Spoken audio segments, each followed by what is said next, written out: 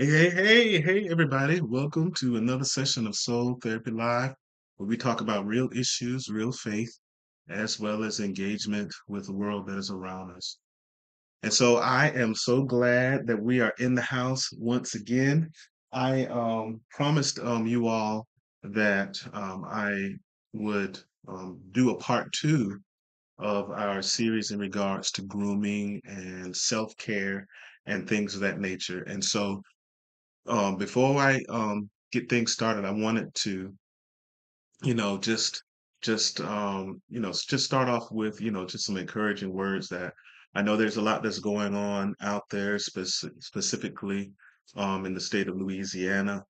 The Supreme Court narrowed the Voting Rights Act um, and provided a pathway for some, what I would say, possibly some unscrupulous or unscrupulous things in regards to redistricting and the way that voting, especially for people of color, is going to um, is going to take place.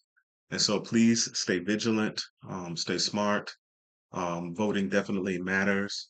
And I'm the type of person to where I'm more so independent. I'm not either to the right or to the left. However, I am a person that really um, believes that justice and mercy go hand in hand.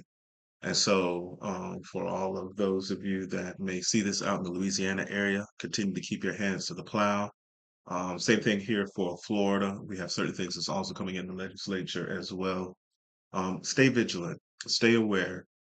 There's going to be some very important opportunities for voting in this upcoming midterm election. And usually that's when the pendulum typically swings to the party that has not been in power for quite some time.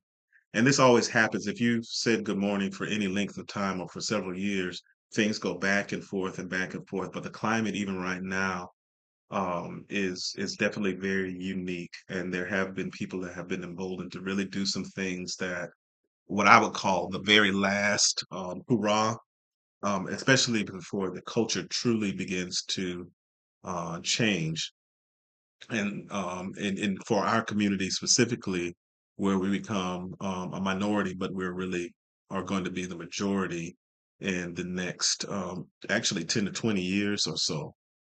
So keep those things in mind. Be encouraged. Get involved with, your state and your local legislatures. Vote issue by issue, or things that are pertaining to your conscience. But always remember that biblically speaking, we should always be the type of individuals that can speak for and advocate for the least of these, and to also not forget where we came from. And that doesn't mean that you just have to come from the hood, but just know that, or even from an ivory tower out in the suburbs. Never forget where you come from. Never forget that there were people that helped you along the way. And if there was no one that helped you along the way, it doesn't matter. You don't need to reciprocate what you didn't get. Reciprocate what you would have needed and what you would have benefited you in your life by paying it forward to someone else. All right. Okay. So I am going to also focus on a couple of other things, especially in regards to this topic. So last week we talked a lot about grooming, the image of men, not only looking at the outside, but also the inside. And even as I was talking with my wife a little bit earlier about how it is so important that not only for those of us that are of a specific age can make adjustments, but we definitely, and I definitely want, if you, especially if you are from the ages of 18 to 25, I definitely want to speak clearly to you because it's very important to know that how you want others to see you is how you will show yourself, not only externally by having that good first appearance, but also by the way that you talk and the way that you actually speak. I saw another article today that said, specifically when it comes to Gen Z, that there is no other generation at this moment in time. And we always know that there's generalities and then there is exceptions to the rule. So I'm talking about the general consensus The general consensus right now for Generation Z is that because there has been a heavy reliance on digital equipment, computers, and the like, there has been a decline in reading as well as listening comprehension, and even when it comes to cognition. And it's because there's a heavy reliance on those specific tools without you actually doing the critical thinking on your own. And even as I was talking to my one of my sons that came and visited today, I said, "Hey, it's no problem with you using the tool, but I want you to also be aware of how to fix things and how to make adjustments just in case the power in the battery goes out, just in case you don't have access to those things. Can you still think your way and adjust your way if there is something that does not go as planned? Can you still provide a presentation without the slides? Can you still provide answers to a barrage of questions, especially if people are are questioning your credibility?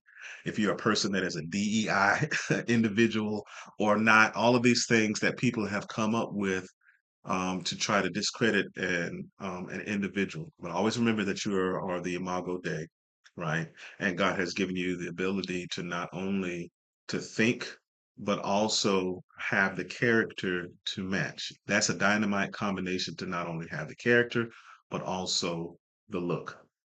There are definitely some other, what I would call distinct factors as to why men are really drawn to looksmaxing, which is, kind of like going above and beyond, right? And I'm not talking about you, a brother getting the BBL, even though I've seen some strange things out there on the internet, right? I'm talking about and I never like to make the anomaly or the outlier as if it is the pattern. It is not. It's not the pattern. And so there are let's start with some of the other core things that we didn't get to last week as to the reason why young men specifically are drawn to appearance, heavy appearance. And I think a lot of it is, cultural. Some of it is even biological, even if you look at nature, just the way that things are set up. Typically, it is the male that has to do all the dances, the special type of call. They are adorned with a coat of many colors. Their plumes or their feathers are typically much brighter than the female species. And only in the human species is it the opposite, or it seems that way, right? So now when you look at nature and you see that a lot of times mates are chosen by the way that they can build a nest, their courting prowess, if you will, or as we would say it, if they got game or not. And then the other piece there is that their ability, or sometimes the female would look at the strength of that particular individual, or their intellect, their ability to build a nest, their ingenuity, the courage. Do they have the genetic code to be able to fight off someone that could be assaulting the nest, or even having the propensity to um, be willing to die for the family, and so that the offspring will be able to survive. Now, we are not animals, but God has given us clues in His creation to see how things are supposed to go. So, your appearance and your character matters. In the animal kingdom, they look at both. And in the human world, those things are also very apparent. You attract what is on the inside of you first. You are who you attract. Sometimes people, whether they're male or female, they always wonder and ask the questions, why am I getting this type of person or that?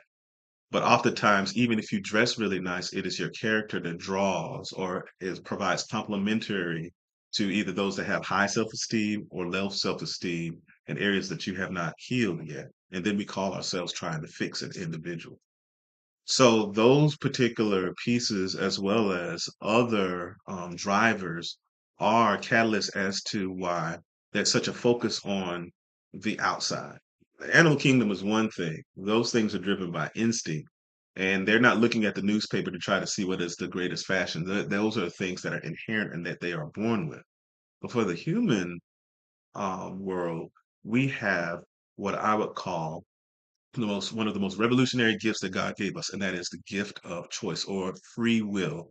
Free will, moral agents to discern between what is right as well as what is wrong.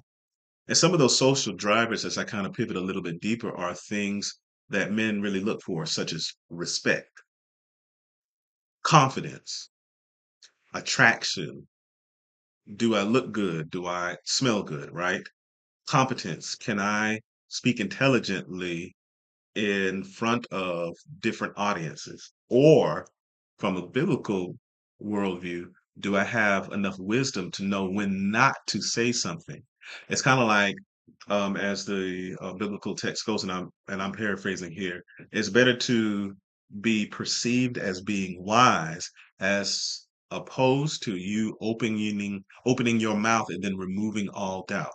So it's okay for you to stay quiet and make your observations before you chime in or make the classic commentary. It's just kind of like the pseudoscience of alpha males and alpha females, or beta males and beta females. It's either you are a leader or you are a follower. You don't alpha, all of that alpha stuff, this, that, and the other. It's not even present.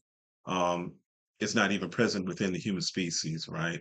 And so we don't have to use those different types of terms. However, confidence oftentimes is attractive. Notice I said confidence, not arrogance. There's a difference between those specific things. So that is one particular layer as far as the desire. Young men desire respect, which is always number one. Respect my thoughts and my commentary, right?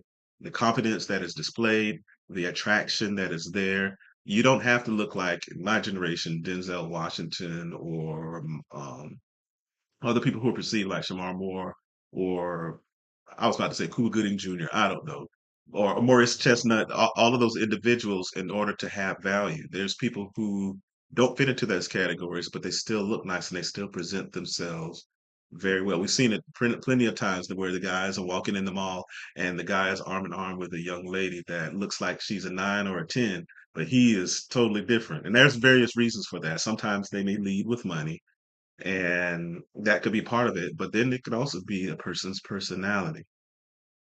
And then, of course, other characteristics that are found attractive by the person that is of the opposite sex. Okay. Then there's also the visual world. So just like there's a desire for those things which are character driven, innate qualities that an individual could possess or could even work on, right? Then there is also what you see out in social media. So, as a byline or disclaimer, if you have sons, if you have nephews, or you are a young person and you're dating a young man, pass this video along, show this to them, give them some consideration. Yes, they may have had a father in their life, and if that person has given you a great example, by all means embrace it. I believe there is something that you can still take away from what I'm saying. But for those of you that did not have a strong father figure in your life, or had a father figure who was present but absent, there but not there, and they didn't really teach you a lot of things, I think this can help you quite a bit. And that also goes when it comes to the visual world, or the images that are portrayed in social media, such as, looking at different videos, and sometimes you would see people that are being humorous. So of course, humor can be an element that can find that can be found attractive, or even beyond just humor, the types of clothes that are worn. What kind of image do you want to portray? Do you want to look like a person that has their pants hanging down around their ankles or around their waist? Are you trying to look like a rapper, or a basketball or football player that doesn't have any couth or regard as to their appearance, because they're trying to have more of a menacing type of look, right? Now, don't get me wrong. I do understand that man looks at the outer appearance and God looks at the heart. However, people are not God. Your outer appearance does matter. And it should be a match between the inside and the outside. I said nothing about brands. I never said anything about you wearing a suit day and night, right? Those are things that are by choice. However, whatever you do wear, you can look good, feel good, smell good, and be presentable, especially if you're in the marketplace or you're working for a certain type of employment and you want people to see you above and beyond, um, what they perceive you to be. You know, perception is definitely reality. And the narrative that is out there, especially as far as our peers, our careers, and who we are to people that we don't know, do matter. So those same images I'm bombarded through social media. We see an explosion of dating apps. The dating app that I had back in the day was just somebody writing a piece of paper that says, "Do you like me? I like you. Yes, no, or maybe." And we slid that thing right across the desk to a young lady or a friend or a proxy that was trying to hook you all up. And then that particular individual will read it. Sometimes it would be yes, sometimes it would be maybe, especially if there's other um, candidates in the field, if you will. And then a lot of times sometimes it is a yes, sometimes a no, sometimes a maybe. So that's how it was with us. Maybe Black Planet, maybe somebody's in the chat room, but it was nothing like what we have right now to where people are screening through several channels of information just to try to find out if there is a match. And then, of course, the young men that are on there are also trying to put themselves forward in the same way. But it still all goes back to face conversation and human interaction. Young men, my dear brothers, if you do not want to attract gold diggers or young ladies that are all about the money, then don't lead with that. Don't lead with what you are repelled by. Okay. Don't lead with money if you don't want to attract those that are only going to be looking for money. Lead with your character. Lead with reliability, trustworthiness.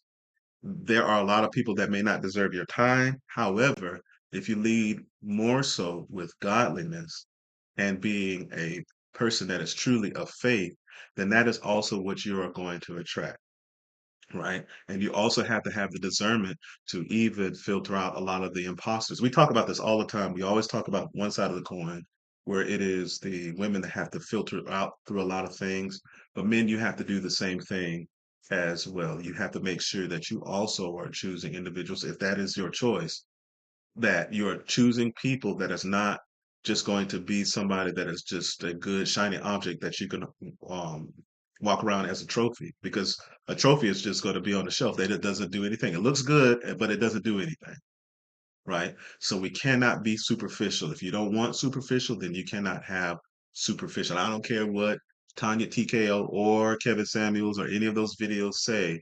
For the believer, for those of us that adhere to the Christian worldview, in God's kingdom, you do things differently. You don't want to be unequally yoked. Unless it's a part of God's plan, those type of relationships, those type of situations, circumstances, whether it is through social media, dating apps, or even comparison culture that psychologically drives people towards those specific spaces, you have to be in the world, but not of the world. Your filter is going to be in a different space. Whatever you lead with is will will be perceived, and whatever you have on the inside, even those hidden things, is what you will actually attract. Men who look good on the outside, my dear brothers, you may look good on the outside, but if your self-esteem is very, very low, then of course you're going to also attract those that may look good on the outside, but their self-esteem is very low. In other words, that's an environment for abuse. But if you have very good or very high self-esteem, and even beyond that for the believer, God esteem, then you're going to see yourself as God sees you, which is what?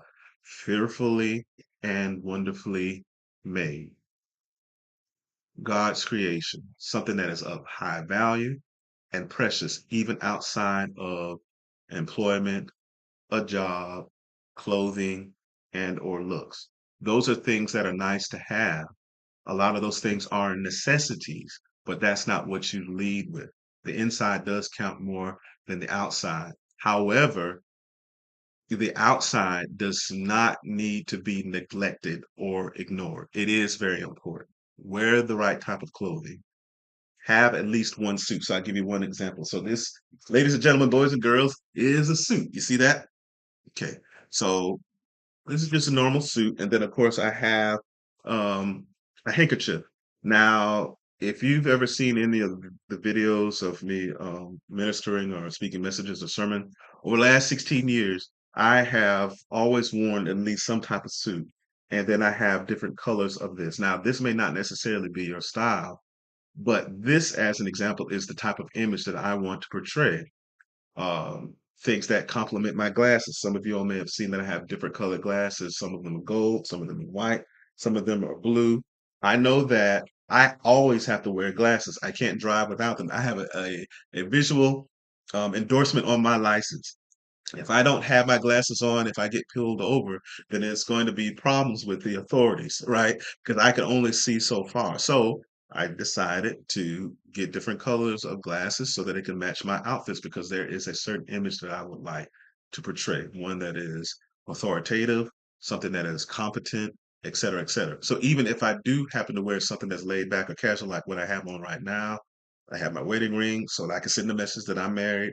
I have a watch on with the nice little beads, et cetera, because I like nice things. And all of these things cost very little. Now, I do have some timepieces that may be a little bit more expensive or even moderately expensive, but those are things that I have decided to pick and choose over the years because they are of value to me and I like them.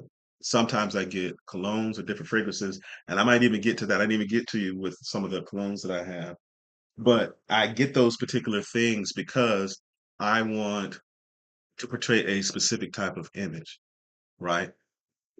And I also want to make sure that I articulate myself in a specific way because I also want whoever listens or hears me knows that I am an intelligent man of color that knows what he's talking about, or at least I at least hopefully that will be the impression. So yes, you have the suit, right? And then of course, beyond that, you have a tie.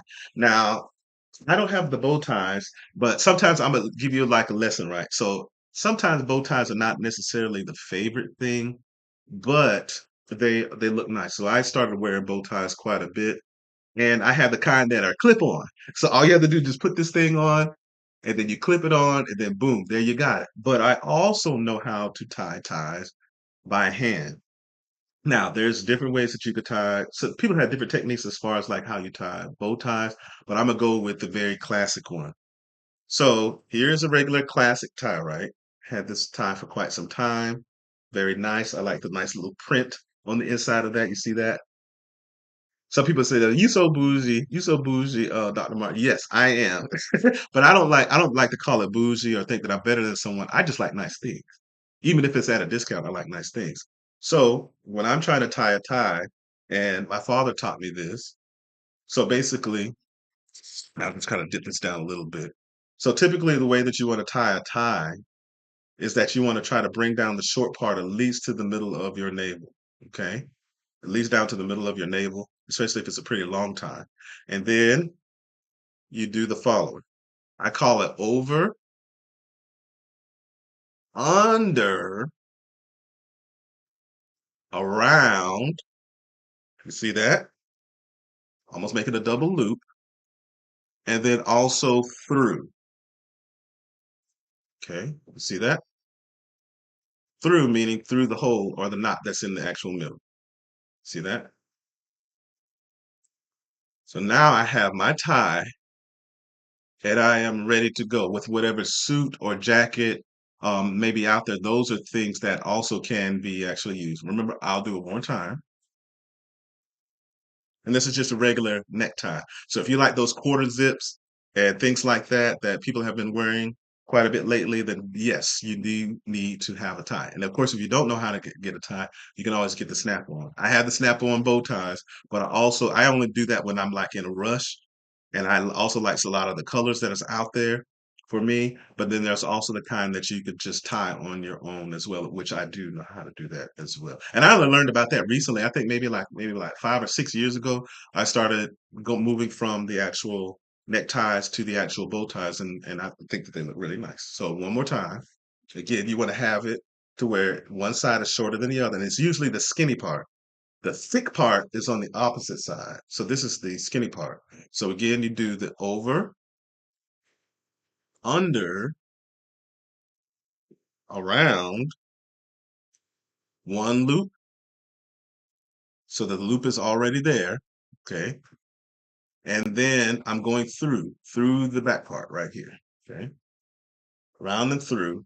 And then this through part has to go through this loop that you just created. This little loop that you just created. You want to take the thick part of your tie and then pull that down into the center of it. Okay.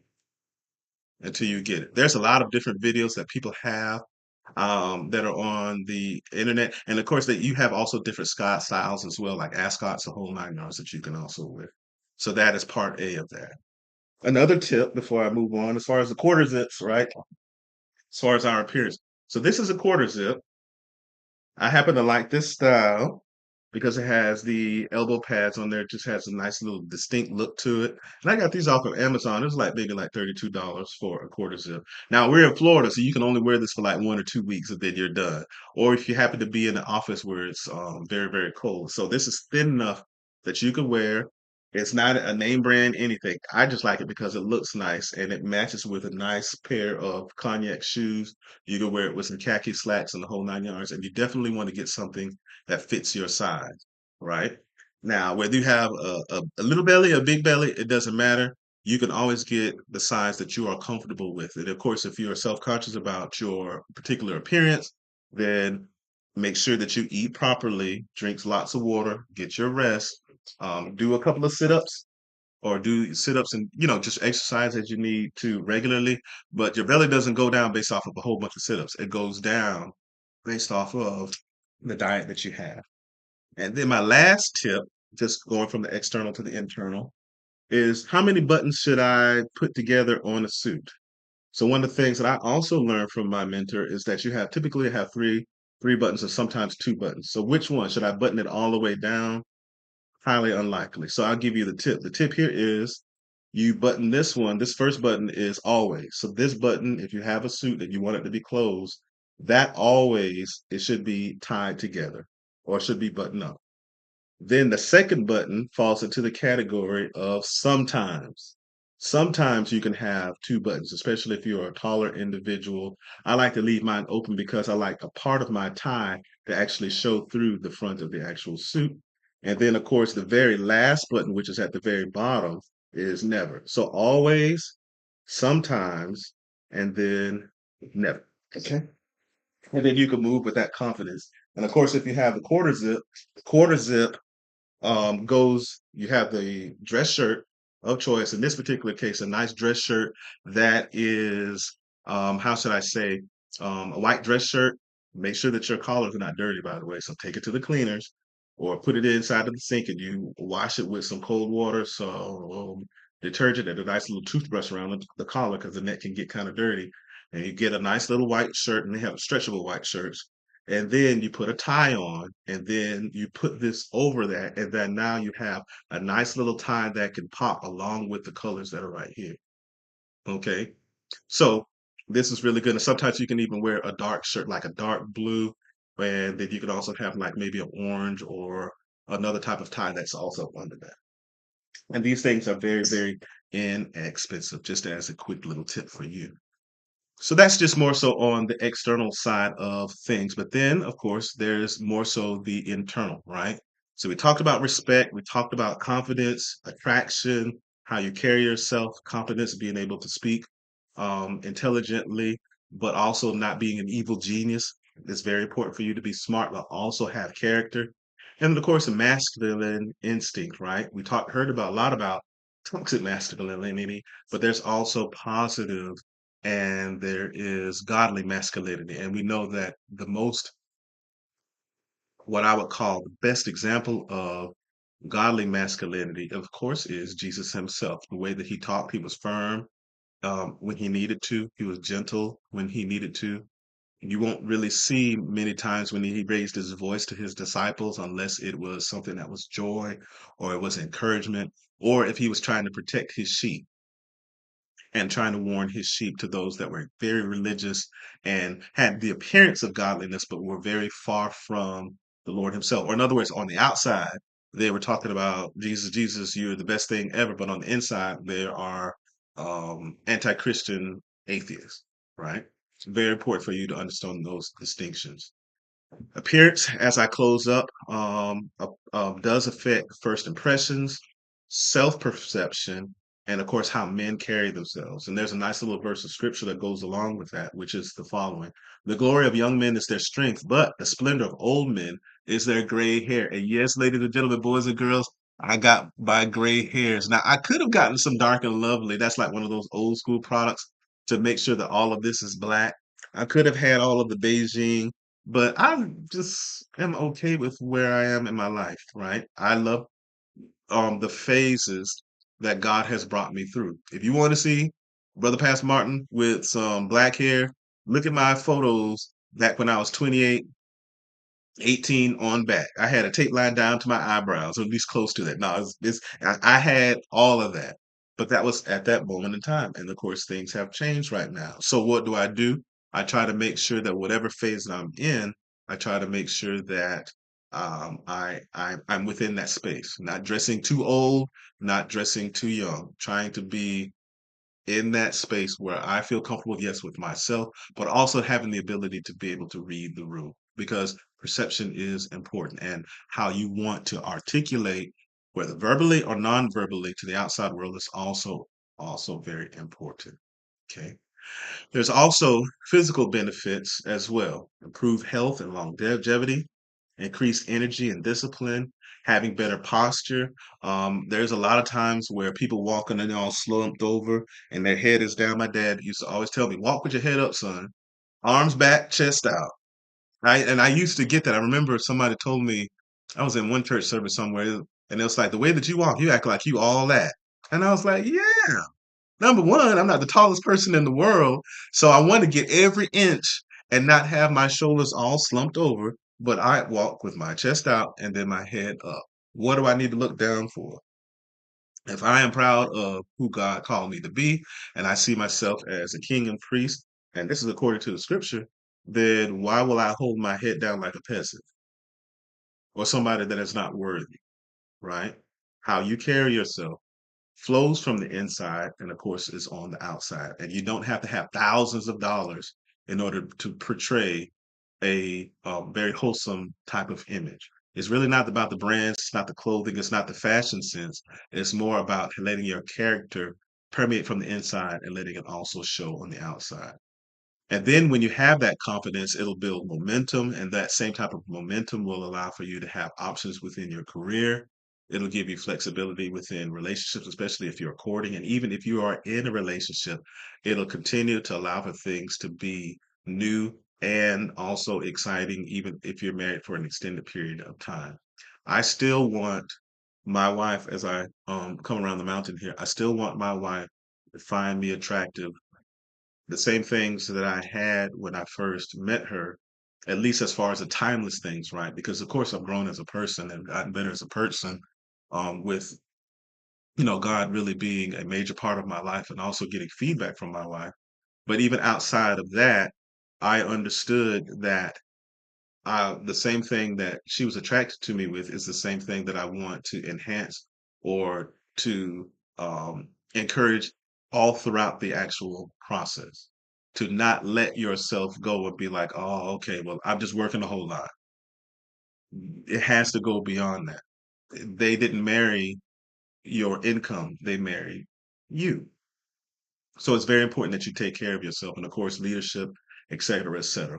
And by having those things in place, it reduces insecurity through confidence.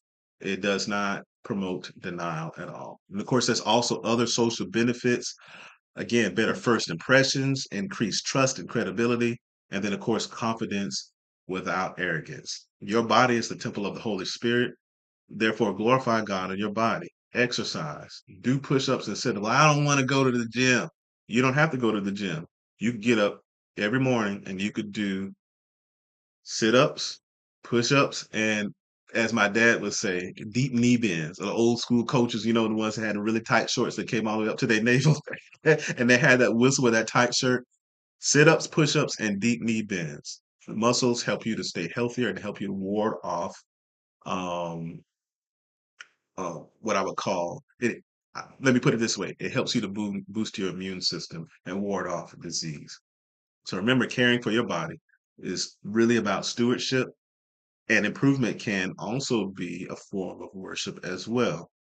Your temple is where the Holy Spirit dwells. So why not take care of it? Just like you feel some kind of way if you go into a rundown church that's hot and miserable, you can't really worship in that space. Now, God can do anything, but I'm talking about you as a person.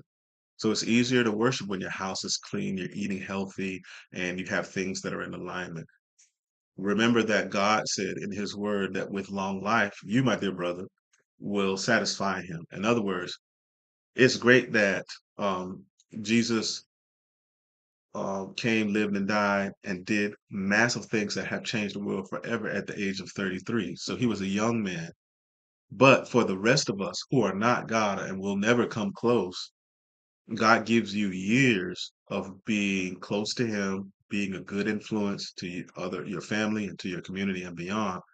Just like there's evil people that are around, he needs as many good people and effective people that are godly in this world as well. So it's important for you to have that particular mindset. Remember, confidence can also reflect responsibility. Okay. So there are also make sure on the flip side that you don't obsess and compare to others. It's like, okay, well, I need to alter my appearance and I need to get some plastic surgery to alter my jawline. Or I need to go ahead and stretch some bones and put some metal rods in my shoulders or inject my muscles with synthol to give me an appearance that was not necessarily earned. It was microwave, and then my body begins to deteriorate as I get older. And then you've heard over the years in the past that sometimes the ladies dealt with um, bulimia and sticking their fingers down their throat and throwing up so they could have this, this meatball head, skinny body, right? That also happens in men, working out too much, taking steroids, all those things. Ultimately, they may have short-term gain, but then they will end up hurting you in the long run. And then this also leads to feelings of never feeling like you're enough. And then this goes even further into pride and insecurity as a loop. And then you have validations for different addictions because you're trying to escape from who God made you to be. And then your confidence becomes conditional, and your attention that people get and that you thrive off of, you think that that's synonymous with having good character. But there's a lot of people who get a lot of attention for doing toxic things. So there's not really any value in that particular space. And so just keep those things in mind. Be mindful of the anxieties that are perpetuated by society. Be mindful of shallow relationships that do not have substance, and surround yourself with people that will not tell you no and keep you grounded. This provides an element where you have individuals that have reduced empathy. They are there with you, but they're not necessarily there, or they're there around you, but they are not necessarily there for you, and then vice versa. Galatians chapter 1, verse 10 said, if I were still trying to please man, I would not be a servant of Christ. So make sure that you set your ego aside. Remember that God's priority and his order is, of course, the heart first, then your character, and then your calling and or career. And then after that, your appearance. Now say that again as I close. When you have a biblical, godly worldview, the identity that you have, the value that you're carrying, and the balance or having a balanced life has a priority. And through the word of God, that priority is making sure your heart is right, number one. Number two, working on your character, integrity, telling the truth, speaking truth to power, protecting those that are most vulnerable, speaking up and speaking out for those that cannot speak for themselves. And then, of course, also your calling, right? I've seen many men who are miserable because they are not walking into what God has, or they're not functioning in the calling that God has actually given them, right? All of these videos, all of this teaching that I've done for almost 25 years, right, in different spaces, whether that's in technology or even if it's inside of the spiritual world, I understood that I would not be joyful as a person if I was not doing what God called me to do. And it's very important for you to know that. I'm not just talking about you working, I'm talking about doing what God has called you to do. That way, you won't be kicking the dog and cussing out the cat, being resentful to everybody that's around you and being bitter because you made all of these decisions. And now you woke up and you're 77 years old, or you're 50 years old, or you're 60 years old, or even 40 years old. And you're like, I wish I knew then what I knew now. If you're still on this planet, you have time, and God has given you time to make the actual adjustment. And then finally, your appearance. You see the order: heart, character, calling, appearance. It's not a tool. Your appearance is not a tool and it's not a crown. It's just letting you know that the way that you are on the inside should emanate on the outside. And I could just have a regular $10 t-shirt that smells good and some pants that's $15 and some shoes that's $30 and still portray an image of godliness, something that is clean, presentable, and wholesome. So it's not about the cost of the clothing, it's about the person that is behind the clothing, but they are all related with each other. All right. God bless you. God keep you. I hope that this particular piece that is very, very important. Oh, yes. Thank you for that, Brad. It says Looksmaxxing is actually a sign of societal behavior sync. Yeah, read on the topic of Mouse Utopia and the Beautiful Ones. Thank you for that. I appreciate that. That's very, very important. I think that even when it comes to, the societal sync, it's all about the outside, right? But who are you as a person on the inside? Okay. It's very, very important because just think about it. I am getting older. My appearance is not going to be the same as it was when I was in my 20s. So when the looks fade and the beauty fades, as the scripture also says, the what will last forever? Your relationship with God and who He has called you to be. I remember telling my wife as I kind of close up here that I want to be a happy and old, sweet, gentle man, right? That's lived a lifetime of experiences and is not afraid of death. Because I want to look back and say I've had a full life. I've been here beyond my years. If I have to walk with a cane, get a knee replacement, whatever it may be, whatever God has for me in the future, as this physical temple begins to break down, I want to have joy in my heart. I want to have a pleasant smile. I want to be void of bitterness, and I want to be a good influence to those that I come across. Right? Because my physical body won't be able to fight off all the monsters as I age. However, my words and my mind and how I treat people is going to last a lifetime.